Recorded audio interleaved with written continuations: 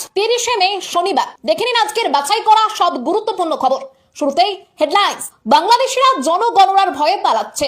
আগের সরকারের গোয়ার তমির জন্য আমরা পিছিয়ে পড়েছি বললেন মুখ্যমন্ত্রী শুভেন্দু।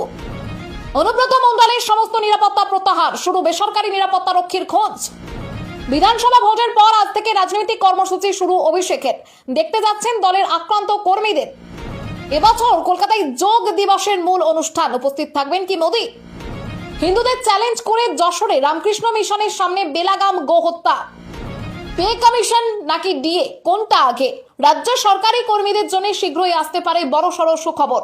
এছাড়াও রয়েছে আরো বেশ কিছু খবর।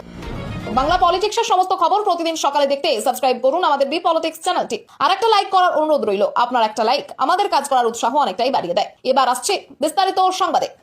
রাজ্যে আগামী 1 আগস্ট থেকে নতুন করে জনগণনা বা সেন্সাস শুরু হতে চলেছে বলে ঘোষণা করেছেন মুখ্যমন্ত্রী শুভেন্দু অধিকারী। সম্পূর্ণ ডিজিটাল পদ্ধতিতে এই জনগণনার কাজ আগামী 2027 সালের ফেব্রুয়ারি মাস পর্যন্ত চলবে। মুখ্যমন্ত্রী জানিয়েছেন, অনুপ্রবেশের কারণে বাংলার জনবিন্যাস বদলে গিয়েছে, তাই এই জনগণনা অত্যন্ত জরুরি। তবে বৈধ নাগরিকদের ভয় পাওয়ার কোনো কারণ নেই বলেও তিনি আশ্বাস দিয়েছেন। তিনি বলেন, বাংলায় শেষ জনগণনা হয়েছিল 2011 সালে। তৎকালীন মুখ্য সচিবের অসম্মতি এবং আগের সরকারের গোয়াত্তর্মির কারণেই নতুন করে সেন্সাস করা যায়নি। ফলে অন্যান্য রাজ্যের তুলনায় বাংলা পিছিয়ে পড়েছে।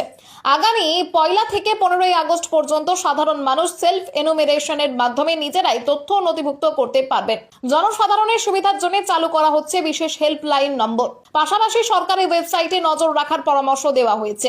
মুখ্যমন্ত্রী আরো দাবি করেন, জনগণনার ভয়ে বহু বাংলাদেশি দেশ ছেড়ে পালাচ্ছে। তবে তিনি স্পষ্ট জানিয়েছেন, এই প্রক্রিয়ার সঙ্গে রাজনীতি বা জাতপাতের কোনো সম্পর্ক নেই। অনুব্রত মণ্ডলের সমস্ত নিরাপত্তা প্রত্যাহার, শুরু বেসরকারি নিরাপত্তা রক্ষীর খোঁজ। বীরভূমের রাজনৈতিক মহলে অনুব্রত মণ্ডলের নিরাপত্তা নিয়ে নতুন করে চর্চা শুরু হয়েছে। রাজ্য পুলিশের সমস্ত নিরাপত্তা প্রত্যাহারের পর এবার তার জন্য বেসরকারি নিরাপত্তা রক্ষীর খোঁজ চলছে বলে প্রশাসনিক সূত্রে খবর।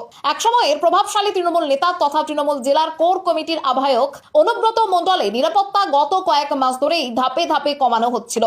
প্রথমে তুলে নেওয়া হয় Y+ ক্যাটাগরি নিরাপত্তা, পরে একজন সশস্ত্র নিরাপত্তা রক্ষী রাখা হলেও বৃহস্পতিবার রাত থেকে সেই ব্যবস্থাও বন্ধ করে দেওয়া হয়েছে।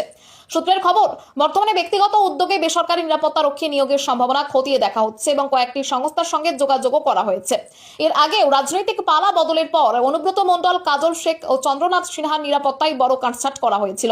তাদের পাইলট স্কোয়াড এবং হাউস গার্ড প্রত্যাহার করা হয়।